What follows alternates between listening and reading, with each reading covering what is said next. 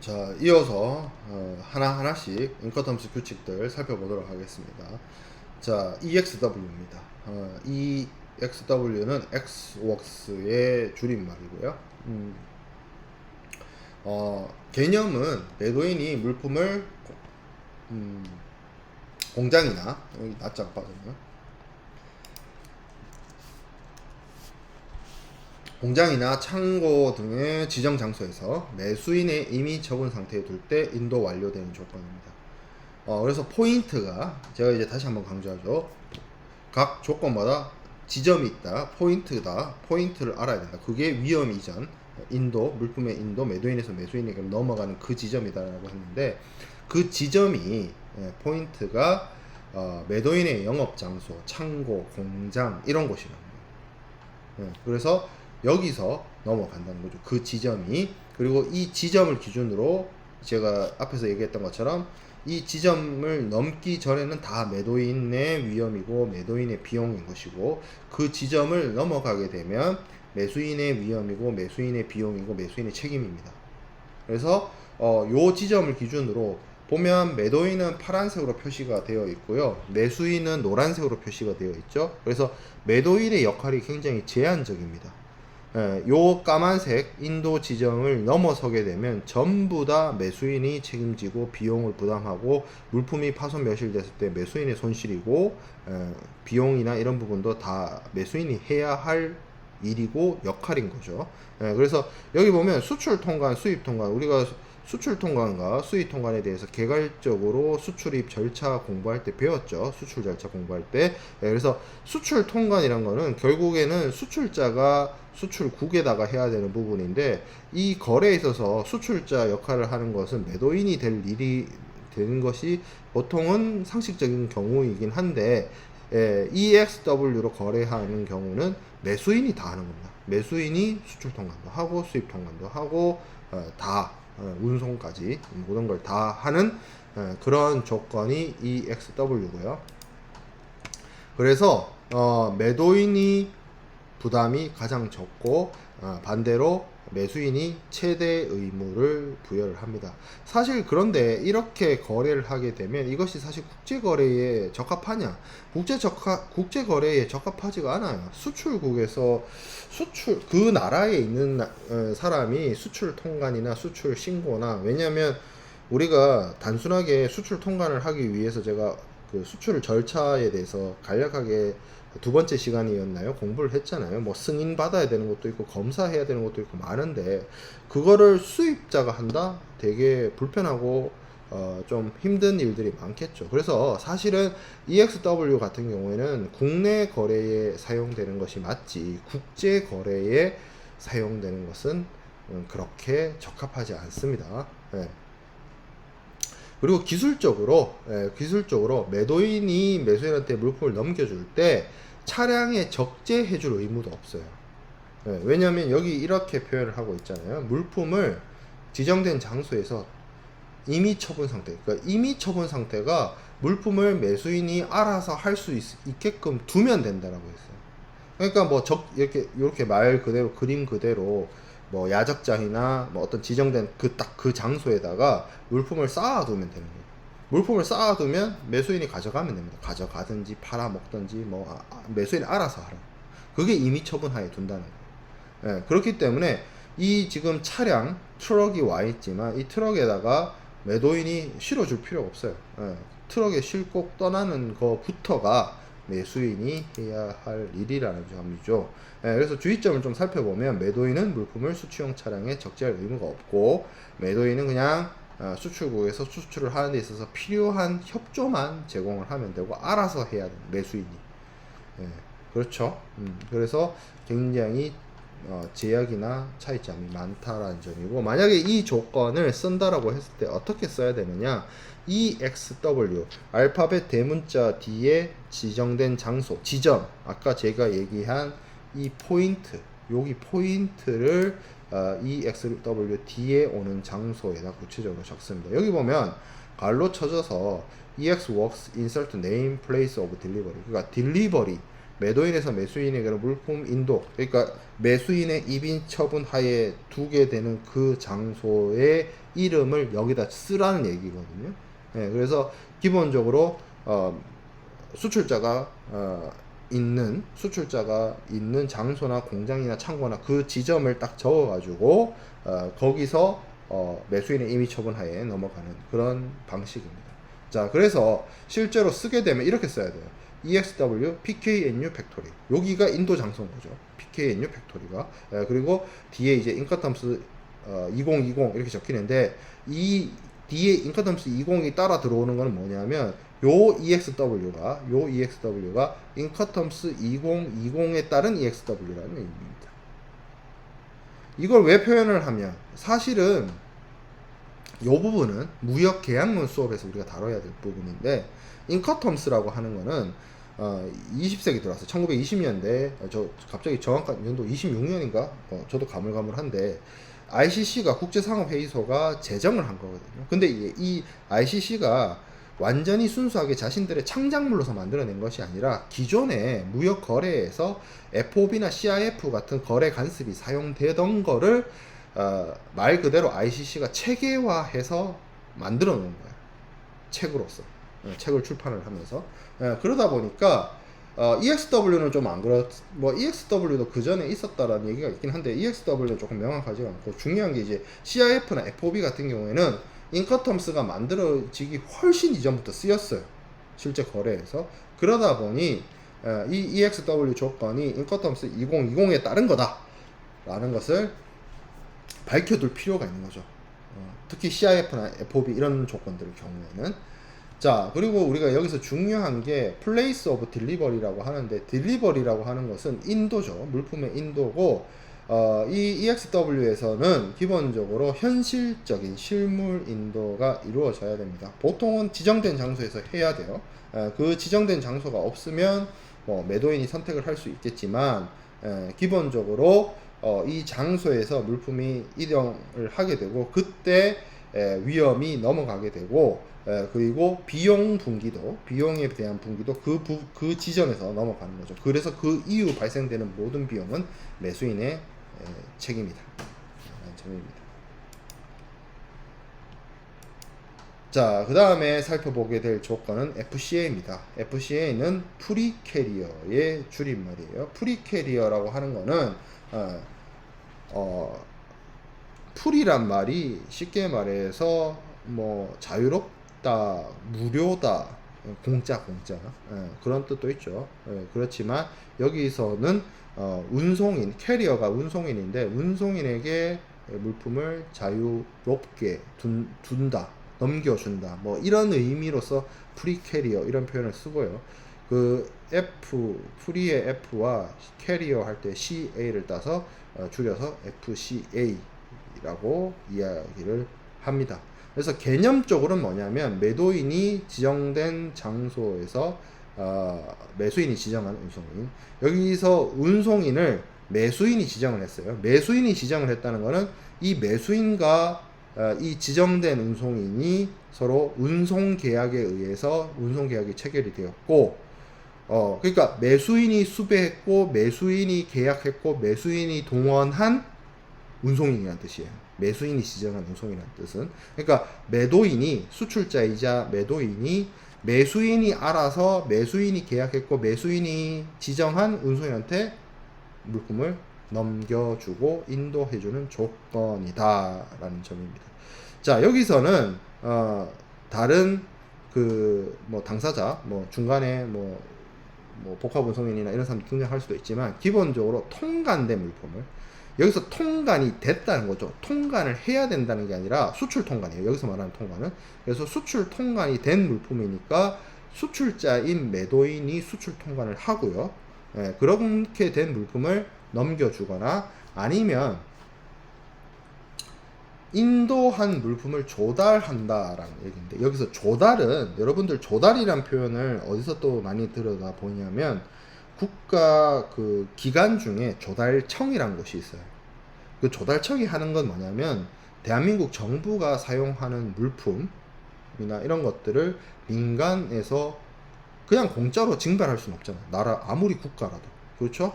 자본주의고 시장 경제 체제이기 때문에 자본주의 시장 경제 체제 하에서는 정부라 할지라도 민간에서 물품을 구매하는데 그 민간에서 물품을 구매하는 일을 정부 물품을 민간이나 이런 데서 구매하는 역할을 수행하는 정부 기관이 조달청이에요. 그러니까 쉽게 말해서 이 조달이란 말은 구해 온다는 거예요. 사서 가져온다는 거죠. 그래서 여기서 물품을 조달한다는 거는 실제로 내가 물품을 준비해서 매도인이 매수인 혹은 매수인이 지정한 운송인한테 넘겨준다는 의미인 거고, 조달한다는 거는 이미 그렇게 준비된 물품을 사가지고 내가 사가지고 운송인한테 준다는 그런 의미입니다. 그래서 여기서 조달이란 건 우리가 제가 앞에서 잠깐 얘기한 연속 매매 있죠. 그러니까 연속 매매가 뭐였어요? 야, 매도인 한 명, 매수인 한 명으로 끝나는 것이 아니라 매도인 있고 매수인 있고, 근데 이 매수인이 다시 매도인이 돼서 다른 사람, 제3자의 C한테 물건 또 파는 거, 거래가 계속 연속적으로 일어나는 거예요. 그러면 이 조달이라는 것도 처음에 만든 사람이 있는 이 사람이 무역 거래상의 매도인이 아니라 그런 물품을 만들거나 준비했거나 선적을 했거나 이미 운송 중인 물품을 가지고 있는 사람으로부터, 사실은 실무적으로는 이런 경우가 많아요. 다른 사람이 물품을 선적해서 운송 중이야. 그런 물품을 중간에 사는 거예요. 사서 보내주는, 매수인한테 보내주는, 진짜 매수인한테 보내주는 그런 경우, 연속 매매에 의해서 물품을 가져오거나 조달하거나 인도하는 것을 조달해서 인도한다 라고 표현을 씁니다. 그래서 그런 것들을 인커텀스가 허용해주고 있다는 거죠. 그렇게 해도 된다는 거죠. 그런 실제 주로 이제 그런 물품들은 주문자에 의해서 맞춤 생산이 된 것들이 아니라 대체적으로 뭐 벌크 화물들, 석탄이나 석유, 그러니까 누가 물품을 뭐 준비해도 품질이 똑같거나 성능이 똑같거나 상업적 가치가 똑같은 물건들 있잖아요. 그러니까 석탄이나 석유나 이런 것들이 그런 연속 매매가 일어나거든요, 실무적으로. 그래서 그런 것들이 가능하다는 얘기입니다. 그래서 어찌됐든 그런 물품을 준비를 해가지고 운송인한테, 어떤 운송인? 매수인이 지정한 운송인한테 넘겨주는 그런 방식인 거고, 뭐 EXW의 경우에는 뭐 운송에 대한 주 운송 수단이나 운송 방법에 대한 이야기가 의미가 없었죠. 왜냐하면 수출국에 있는 수출자 매도인의 영업소에서 거래가 이루어지는 인도가 이루어졌던 방식이지만, FCA는 일단 운송인이 등장을 하기 때문에 운송 수단을 뭘로 할 수 있을지가 이야기되는데, 이 FCA 조건은 기본적으로 모든 운송 수단에 사용할 수 있는 복합 운송, 뭐 아니면 뭐 이런 뭐 항공 운송, 해상 운송, 뭐 어떤 운송 방식이나 그런 것에 구애받지 않고 사용되어질 수 있는 형태이기 때문에 다양한 운송 형태로 거래를 할 수 있고, 실무적으로는 뭐 컨테이너 운송이나 이런 데 사용하기에 적합을 합니다. 사용하기에 적합하다는 거지 실제 필드에서 모든 컨테이너 운송이 FCA를 쓰는 건 아닙니다. FCA 잘 안 써요. 자, 그래서 FCA의 물품의 인도는 뭐 한 두 가지 측면에서 바라볼 수가 있는데, 매도인의 영업소, 그러니까 수출자의 창고나 공장에서 물품의 인도가 일어나는 경우가 있을 수 있고요. 아니면 다른 장소, 보통 다른 장소는 운송인의 영역, 운송인의 카테고리나 운송인의 어떤 오피스나 운송인의 어떤 뭐 하우스나 뭐 그런 뭐 창고나 이런 데서 이루어지는 두 가지 형태가 이루어질 수가 있습니다. 그리고 FCA는 이 두 가지 형태 다 인정을 합니다. 그래서 이런 거죠. 매도인의 영업소에서 이루어진다라고 하면 매수인이 수배한 운송수단에 매도인이, 아까 EXW랑 그림이 다른 게 요 까만색 상자가 바닥에 있는 것이 아니라 차 위에 올라가 있죠. 그래서 물품을 적재해 줍니다, 매도인이. 그러니까 매도인이 운송수단에 적재해주는, 실어주는 의무를 부담을 한다는 거죠. 아니면 여기 보면 창고가 있어요. 이 창고는 운송인의 창고입니다. 운송인이 국제운송, 쉽게 말해서 매수인에게 배달하기 위한 국제 운송을 하기 위한 준비 단계로서의 창고가 여기 있는데 여기다까지 매도인이 가져다 주는 그런 경우도 가능합니다. 그 경우에는 일단 요 파란색의 운송수단에 매도인이 물품을 적재해서 여기까지 가져다 준 걸 거 아니에요.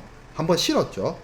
그래서 여기 까만색 상자가 와 있는데 이 까만색 상자를 여기서 내리는 것부터가 매수인이 할 일이에요. 주로 실무적으로는 매수인이 지정한 운송인이 대행을 하겠지만 어쨌든 여기 지점이라는 거죠. 그래서 요렇게든 요 까만색 상자가 있는 지점까지가 매도인의 역할이고 요 지점에서 매도인에서 매수인에게로 물품이 인도되고 위험이 이전이 되고 여기까지의 비용을 매도인이 부담하고 그 이후에 발생되는 비용은 매수인이 부담합니다. 그래서 수출 통관도 파란색이고 수입 통관은 노란색이죠.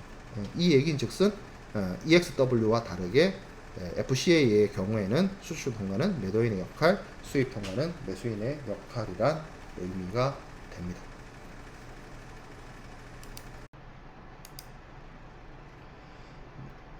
FCA의 그 인도 방법 살펴볼게요. 인도 방법. FCA도 현실 인도입니다. 물품을 운송인에게 그 거래 대상 물품을 직접 줘야 되죠. 매도인 입장에서. 뭐 그것이 실무적으로는 뭐 화물 터미널이나 뭐 내륙 컨테이너 기지나 컨테이너 야드나 CFS, 우리 학교에서 제일 가까운 곳에 용단 캠퍼스 쪽으로 가다 보면 그게 있죠. 이제 뭐 세방 그 CY CFS 있죠. 그런데 말하는 거예요. 거기다 가져다 주는 겁니다. 만약에 물품 인도 장사 거기라면 그래서 인도 장소를 보통 구체적으로 뭐 부산에 예를 들어서 뭐 허치슨 터미널이다. 그 터미널을 구체적으로 기재를 하는 방식으로 해서 물품의 인도 장소를 지정을 합니다. 그러니까 여기 보면 FCA 뒤에 Named Place of Delivery, 그러니까 인도 장소를 적는데 인도 장소를 막연하게 뭐 부산 이렇게 적는 게 아니고요. 뭐 부산 남구 뭐 용당동 뭐 어디 CFS 이런 식으로 구체적으로 적어야 돼요. 위험과 비용의 이전 역시나 그 지정된 장소에서 이제 매도인에서 매수인에게로 그 인도가 이루어지면 물품의 위험 부담이 넘어가는 것이고 비용 분기도 거기부터 이제 갈리는 거죠. 매도인의 책임과 매수인의 책임. 수출 통관은 이제 EXW하고 다르게 매도인이 해야 된다는 점이 조금 다르고요. 자, 그리고 본선 적재 선화증권이라는 부분을 이야기를 하는데 사실 지금 우리가 선화증권에 대해서 자세하게 공부하진 않았어요. 근데 이제 수출입 절차를 공부할 때 이 선화증권의 역할이 물품 운송을 하는 경우에 해상 운송을 하는 경우에 해상 운송인이 발행한다는 점, 그리고 해상 운송 계약에 따라서 운송인이 발행하는 서류이지만 이 서류가 물품을 나타내고 물품을 인도를 청구할 수 있는 주요한 서류로 사용된다는 점을 수출입 절차를 얘기할 때 간략하게만 얘기를 했습니다. 자세하게 다루진 않았어요. 선화증권을 공부하는 거는 저기 뒤에 운송론 가서 자세하게 다뤄야 되는 부분이니까. 하지만 중요한 건 뭐냐면 기본적으로 선화증권이라고 하는 거는 해상 운송에 의해서 발행되는 서류이고요. 이 해상 운송에서 사용되는 선화증권은 기본적으로 물품을 선적했을 때 발행되어야 됩니다. 선적했을 때 발행되어야 되는 서류인데 이 선적 선화증권과 관련해서 실무적으로 중요한 차이점이 뭐냐면 이건 다시 무역 결제 파트의 대금 결제와 연관이 되어지는 부분인데 은행은 기본적으로 물품이 본선에 선박에 실제로 선적되었다, 그 배에 실렸다라는 것을 기재한 선화증권을 요구를 해요. 근데 아까 제가 이런 얘기 했죠. 뭐 허치슨 터미널이다, 세방 CFS다. 그리고 이 그림에서도 봤잖아요. 이 그림에 배가 안 그려져 있어요. 배는 한 이쯤 있겠죠. 여기쯤. 여기가 예를 들어서 어떤 컨테이너 터미널이라고 치면 매도인의 역할은 그 컨테이너 터미널까지 물건을 가져다 주는 역할이고, 컨테이너 터미널에서 실제로 배에다 싣고 하는 역할은 이 운송인이 해야 되는 역할입니다. 운송인이 해야 될 일인데, 그러다 보니 운송인에게 요구되어지는 서류라고 하는 거는 이미 물품이 적재된 상태에서 넘겨줘야 되는 것이 아니라 그냥 말 그대로 운송인한테 물건을 넘겨준 상태에서 나오는 선화증권이죠. 그러니까 선화증권이 요 단계에서 선화증권을 쉽게 말해서 물건을 운송인한테 주고 운송인한테 선화증권을 받아야 되는데, 그때 나오는 선화증권은 화물이 선박에 적재되고 나서 나오는 선화증권이 아니고 그 전에 나오는 선화증권입니다. 이해가 되나요? 다시 한번 정리를 해보면,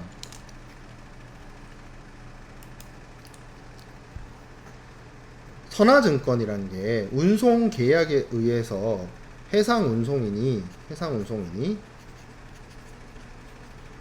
하주, 여기는 하주겠죠. 이게 여기서는 FCA라고 치면 이제 매도인이 되겠죠. 매도인이 이렇게 물건을 넘겨주면 선화증권인 빌 오브 레딩을 발행을 해주는데, 지금 이 단계는 뭐예요? FCA 단계는 뭐예요? 물품을 선박이 이렇게 있으면 물품을 여기서 적재할 때 발행해 줄 수 있는 게 아니라 이 앞 단계 터미널에 물건을 가져다 놓는 단계에서 매도인과 운송인이 만나잖아요.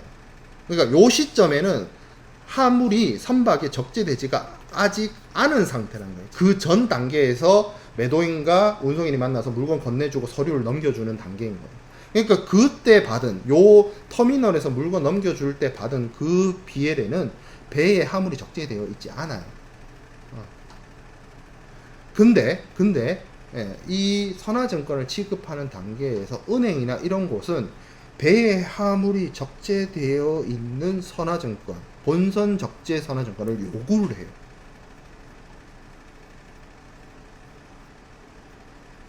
은행이 요구를 한다. 그래서 이 지금 FCA의 이 본선 적재 표기 선화증권을 제공하라는 건 뭐냐면, 매수인이 본선 적재 선화증권이 필요하다면 매수인이 매수인의 위험과 비용으로 매도인으로 하여금 본선 적재 선화증권을 발행하게끔 해주도록 운송인에게 지시하는 것. 실제로 아직 선적되진 않았지만 요 운송인이 본선 적재 선화증권이 필요로 하니까 끊어줄 수 있도록 발행 조치를 취하라는 건데, 그럼 이걸 디테일하게 어떤 절차로 어떤 방식으로 하느냐는 우리가 선화증권 공부할 때 본선 적재 부기라든지 그 선적 선화증권과 수치 선화증권의 차이점이라든지 이런 것들을 공부하게 될 겁니다. 그러니까 그 수치 선화증권을 받은 상태에서 요때 이 터미널에서 넘겨줄 때 발행되는 선화증권을 수치 선화증권이라고 하고, 실제로 화물을 본선에 적재하고 나서 발행하는 선화증권을 본선 적재 선화증권이라고 하는데, 이 간극을 어떻게 해결하느냐에 대한 방법은 운송론 시간에 운송 파트를 공부할 때 이야기하도록 하겠습니다. 그러니까 그렇게 취급하고 실무적으로 처리하라는 거를 매수인의 위험과 비용과 지시로 하라라는 내용이 FCA에 들어가 있습니다. 자, 그리고 사용법은 FCA 뒤에 장소가 나와야 돼요. 근데 앞서 제가 강조했던 것처럼 구체적인 장소가 기재되어야 되고, 뭐 이런 식으로 뭐 어디다. 요 주소는 ICC의 주소입니다. ICC가 프랑스 파리에 있어요. 그리고 뭐 항공운송, 이게 해상운송을 제가 뭐 설명을 했지만, 이 FCA는 운송수단 상관없이 쓸 수 있는 인커텀스 규칙이기 때문에 항공운송에 사용할 수도 있고 해상운송에 사용할 수도 있습니다. 그러면 그 터미널이라는 그 지정된 장소를 구체적으로 이런 식으로 기재해서 사용을 합니다.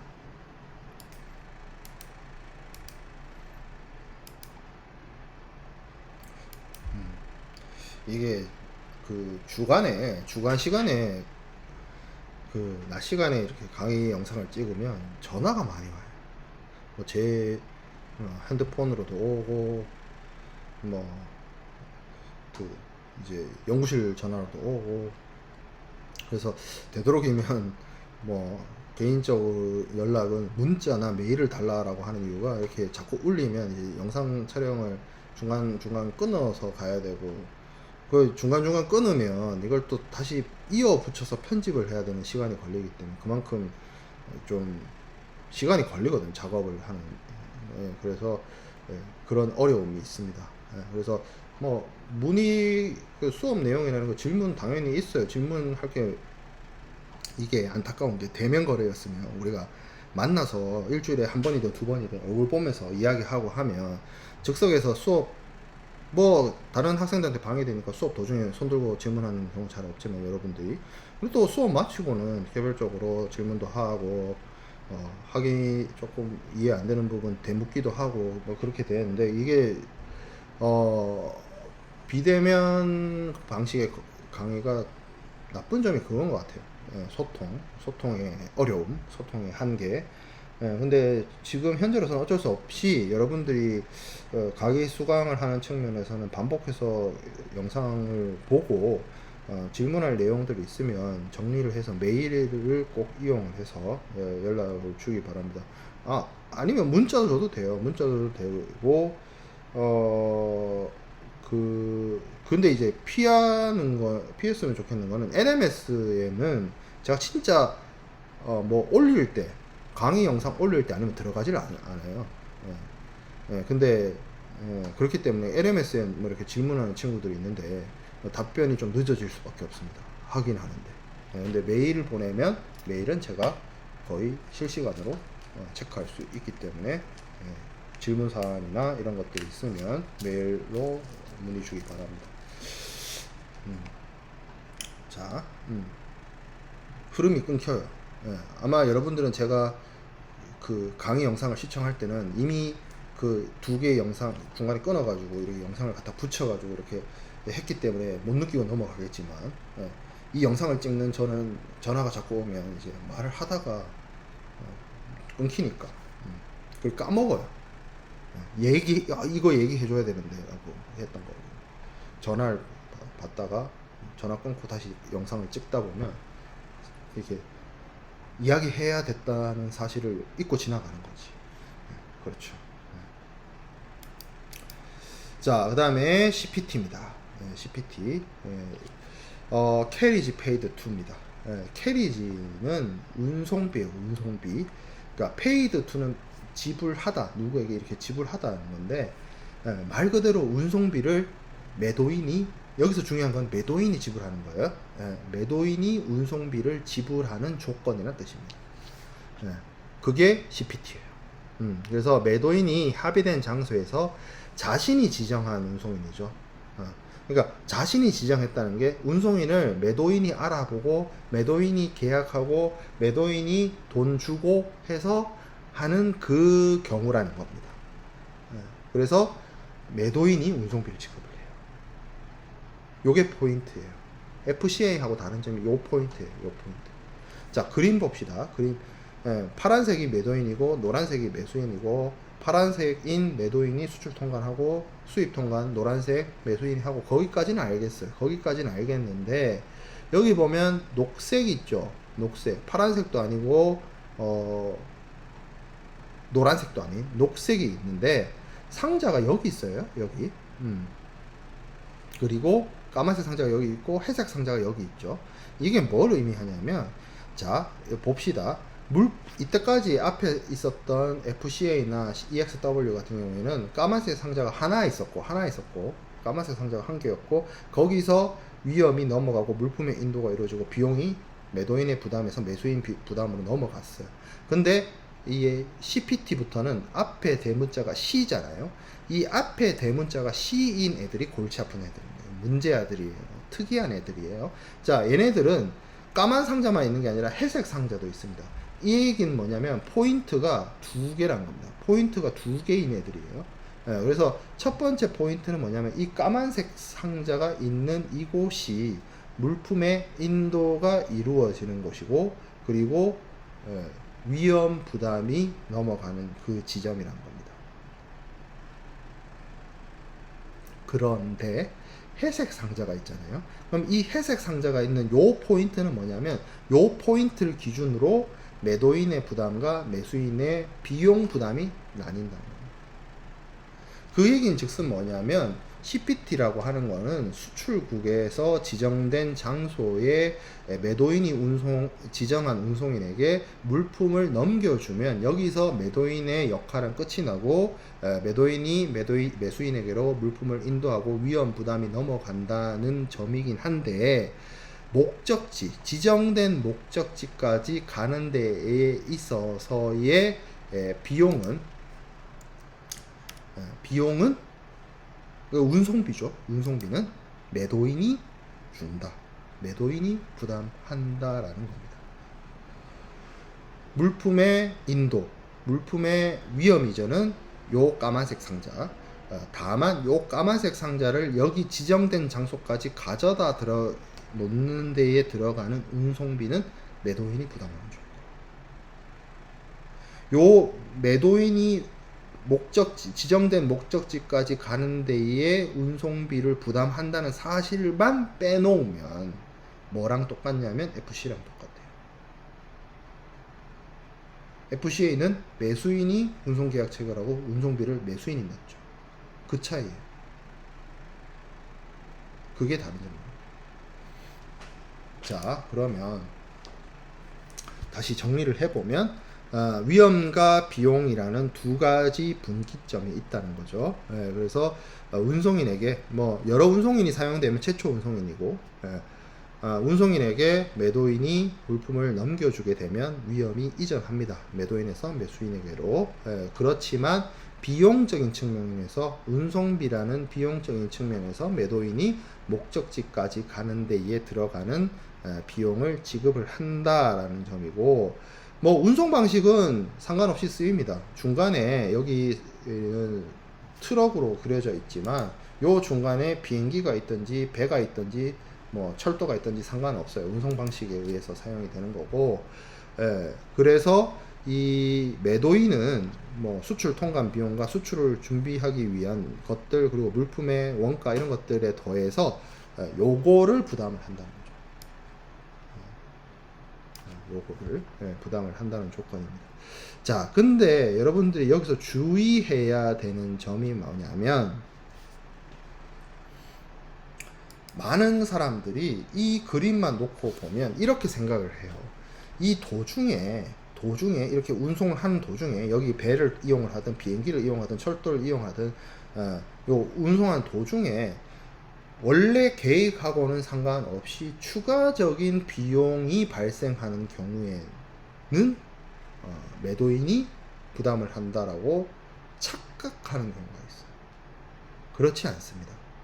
요게 중요해요. 요게 많이 헷갈려하는 부분인데, 물품의 위험 이전과 물품의 인도가 여기서 이루어졌잖아요.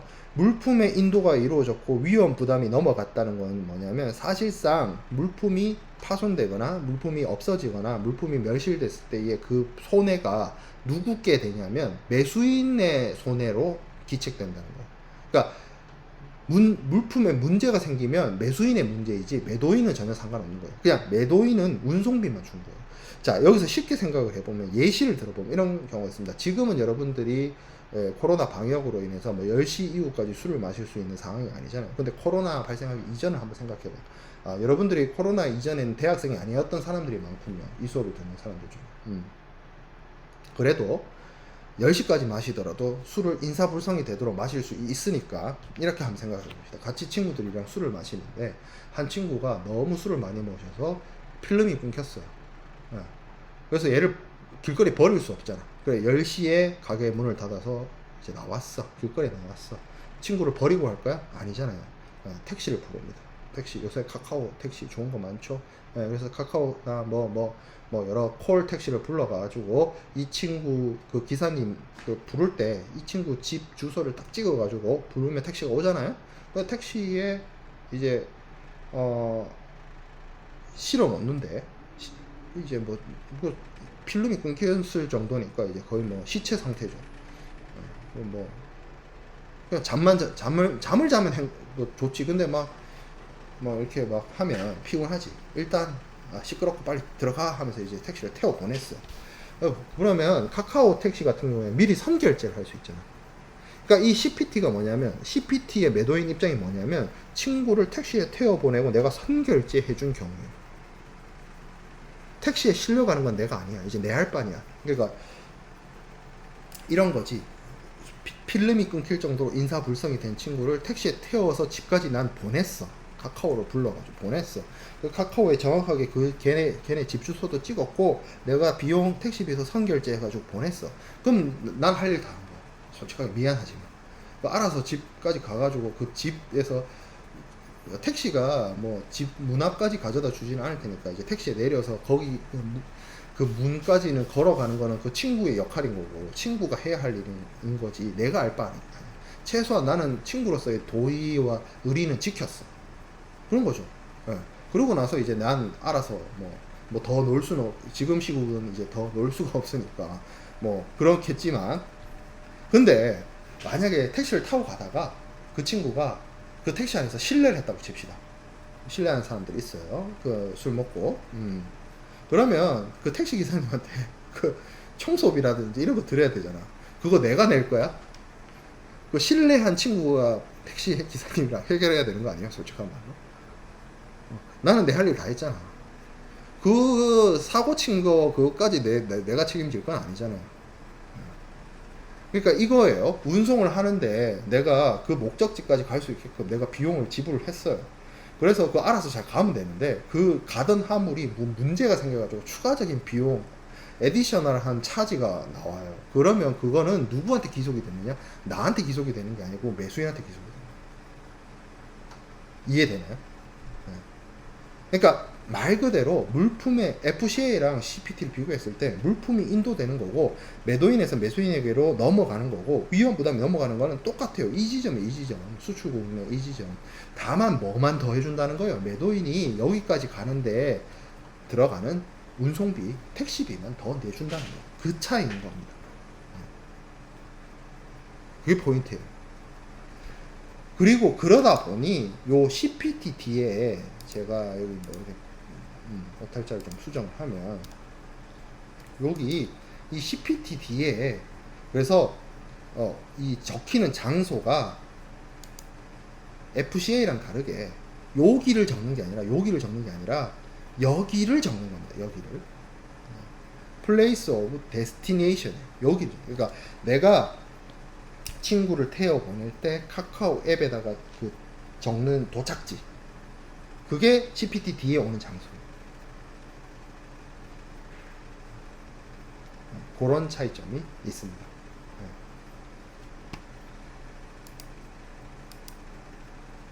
자, 그 다음에 CIP가 있어요. CIP. Carriage and Insurance Paid to. 앞에 거랑 비교해서 뭐가 달라졌느냐? 요게 붙었죠.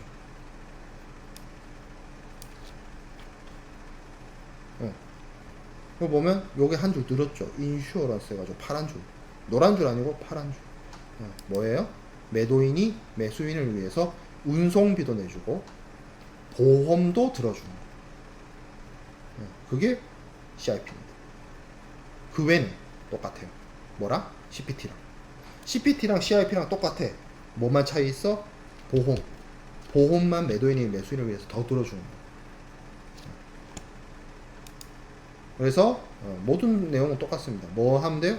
매도인이 운송비와 보험료를 부담하는 쪽.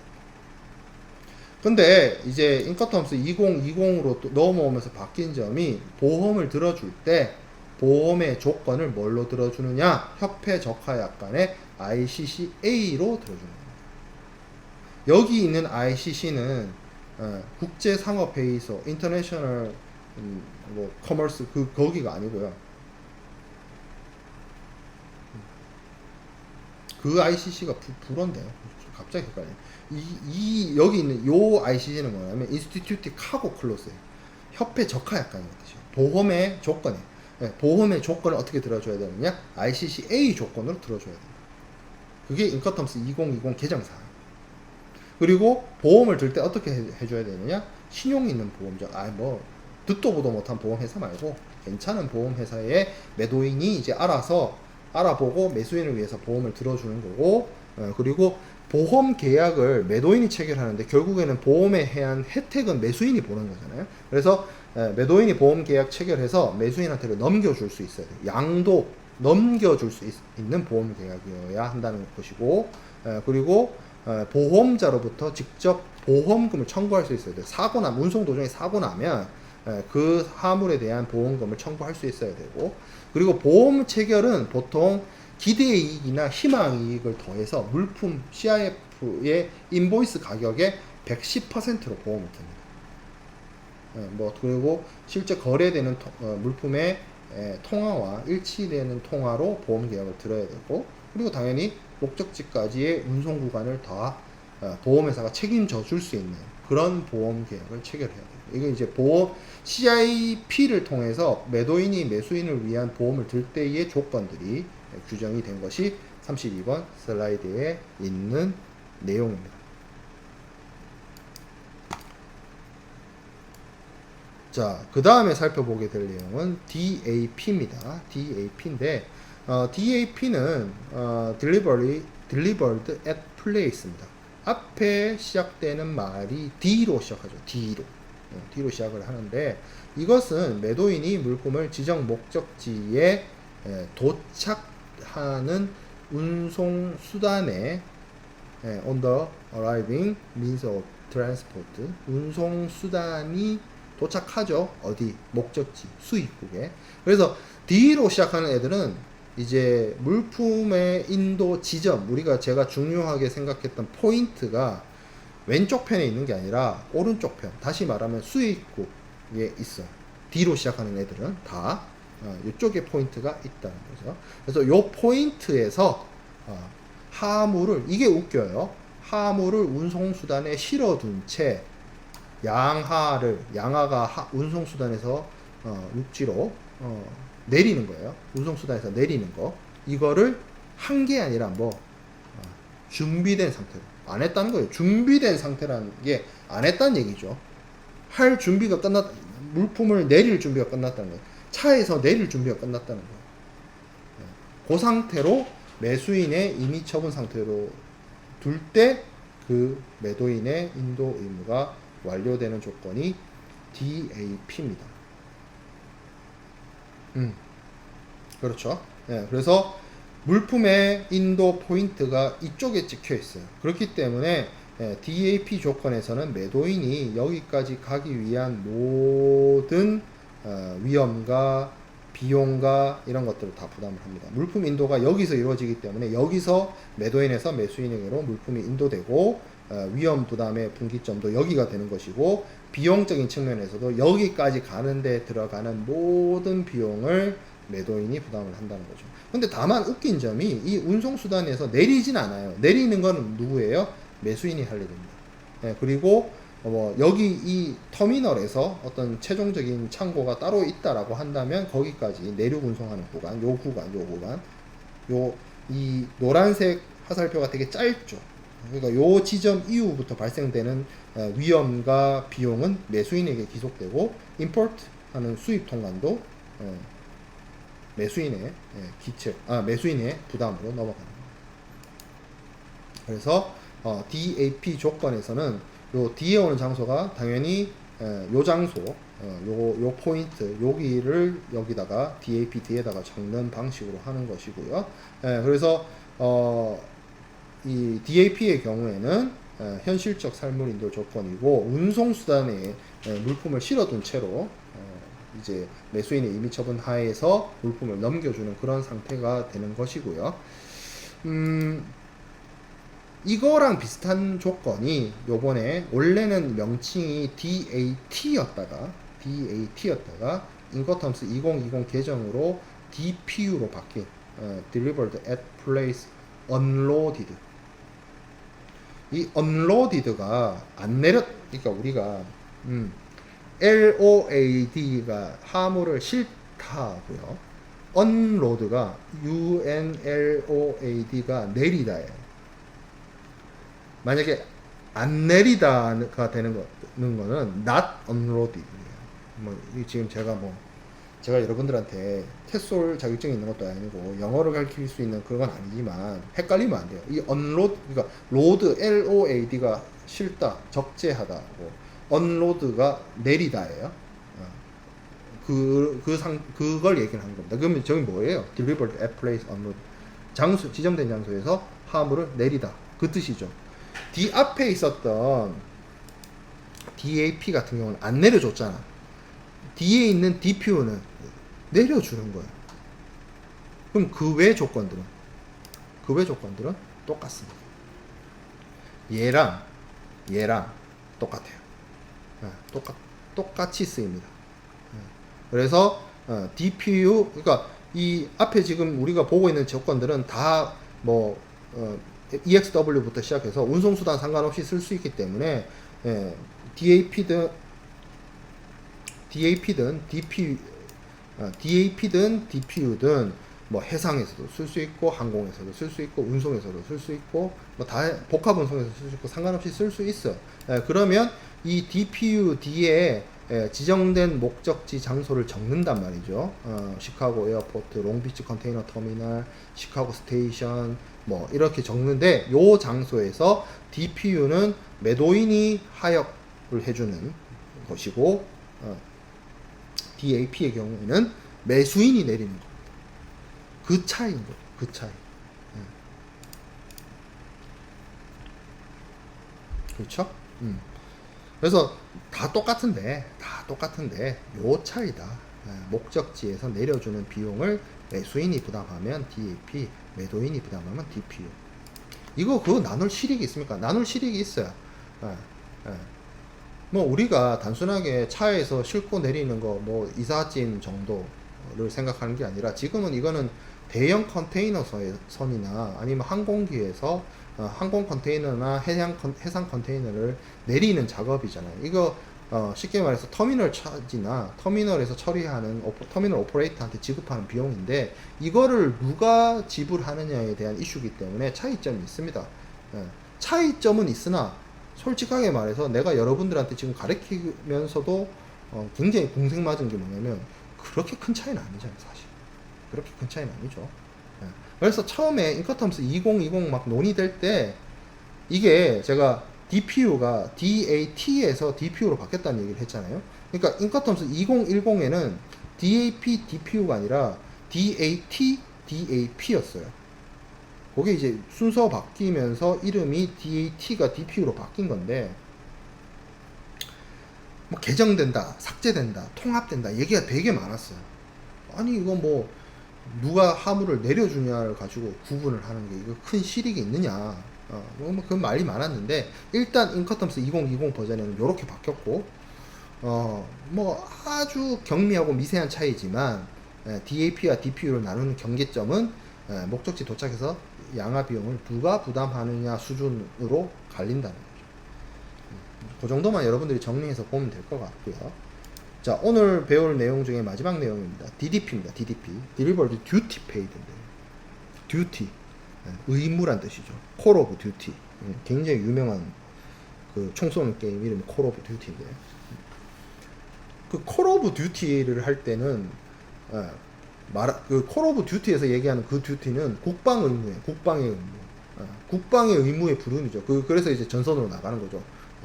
뭐 그 테러리스트나 적군을 죽이기 위해서 이제 나라의 부름을 받고 간다. 뭐 그래서 Call of Duty인데 Delivered Duty Paid 할 때 이 듀티는 그 듀티가 아니라 뭐냐면 관세예요. 관세.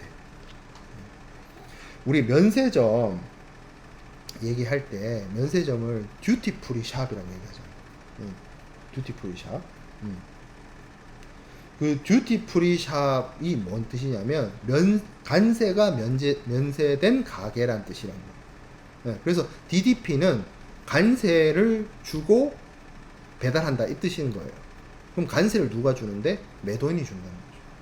원래 정상적인 나머지 10개의 인커텀스 규칙들은 수입 통관할 때 수입 관세를 수입하는 매수인이 부담을 합니다. 근데 DDP는 안 그래요. 매도인이 부담을 합니다. 그 차이점이 있는 거죠. 자, 그래서 개념을 좀 보면 매도인이 도착하는 운송수단 상에서 양화를 위해 준비된 상태로 수입 통관된 물품을. 그러니까 지금 보세요. DDP인데 요 그림에서 이 수입 통관의 의무가 매수인에서 매도인으로 바뀐 게 아니고요. 잘 보세요.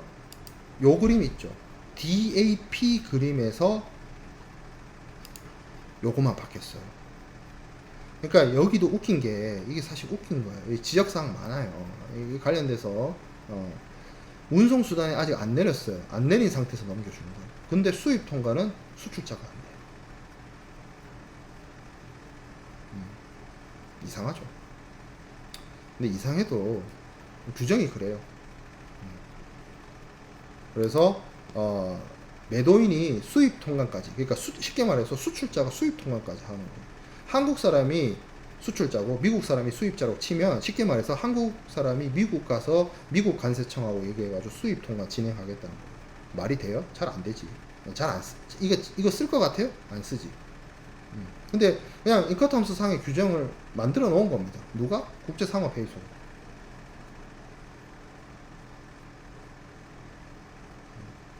챔버. 예, ICC 할 때 챔버예요.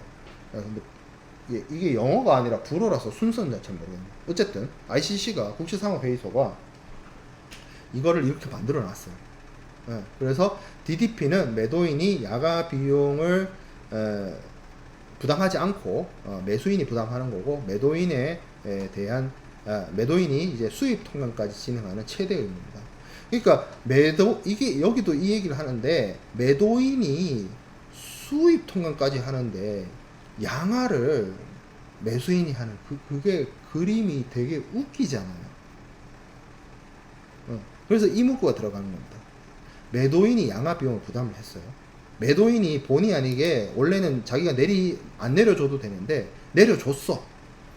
근데 그거를 회수할 권리가 없대. 그럼 뭔 말이야 이거? 처음부터 그냥 매도인이 다 해준다 하던가. 조금 그런 게 있습니다. 네, 규정상. 어찌됐든 DDP가 매도인의 최대 의무고 매수인의 최소 의무다. 그리고 되도록이면 DDP 조건 사용하는 게 바람직하지 않다라고 지들이 얘기하고 있어요. 여기서 지들은 ICC. ICC도 이게 이상하다고 생각하겠지. 왜 만드는지 나도 잘 모르겠어. 자, 그래서 지정된 목적지에서 수입 통관된 화물을 넘겨줘요. 수입 통관된 화물을. 그런 조건입니다. 그래서 오늘 우리가 그 운송수단에 상관없이 사용할 수 있는 7가지 조건에 대해서 그림을 통해서 살펴봤습니다. 그래서 여러분들이 PPT를 쭉 보면 알겠지만 7가지 조건에 포인트가 좀 다르죠. 포인트 지점이 다르죠. 포인트 지점이 그거를 집중적으로 그림을 여러분들 머릿속에 카메라를 찍듯이 사진 찍듯이 넣어두세요. 그리고 제가 오늘 설명하면서 부수적으로 얘기했던 내용들 있죠. 운송비라든지 보험료라든지 그런 이슈들, 양화 비용이라든지 그런 이슈들, 수출 수입 통관, 그것만 체크하면 됩니다. 각 조건마다 다른 점. 그런 식으로 접근하는 거예요. 인커텀스는 그냥 무작정 FCA는 어쩌고 EX는 W 그렇게 단순하게 외우지 말고 그림을 내 눈으로 카메라 사진 찍듯이 찰칵 찍어서 잔상을 남겨놓고, 포인트가 다르잖아. 7개. 나머지 우리 다음 주에 공부할 4개까지 포함을 해서 넣어두는 거예요. 그리고 부수적으로 체크해야 되는 사안들, 통관, 인도, 위험 이전, 비용 분기 이런 점들, 그렇게 접근하는 것이 인커텀스를 공부하는 법이에요. 구구단도 노래로 외우잖아요. 2일은 2, 2, 4, 2, 3은 6 이렇게 여러분들이 노래로 외우잖아요. 요새 한글도 노래로 외우더만. 제가 1살짜리 조카가 있어서 보니까 뭐 가나다라 마바사 이것도 요새 뭐 무슨 뭐 세종대왕 나오는 노래가 있던데, 애들 하는 그러니까 그런 식으로 이제 노래로 암기하는 방식이 있고, 사실은 암기의 연상법이잖아요. 근데 암기를 잘하는 방법이 여러 가지가 있어요. 이제 어떤 노래나 이런 걸 통해서 연상되는 단어나 이런 것들을 조합해서 어떤 단어를 생각하면 그 다음 단어가 생각이 나게끔 하는 방식이 있고, 또 여러분들이 들어는 봤을 거예요. 마인드맵처럼 내가 외워야 되는 사람들을 이제 종이나 책이나 이런 데다가 이렇게 지도처럼 쫙 펼쳐가지고 연상되게끔 해서 이렇게 머릿속에 집어넣는 방식이 있어요. 그건 뭐 암기하는 방식인데, 인커텀스는 어떻게 하는 게 좋냐?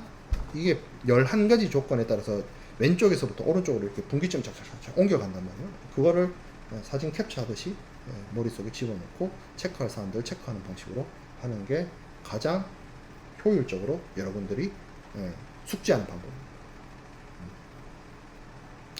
오늘은 여기까지 하도록 하겠습니다. 수고했습니다.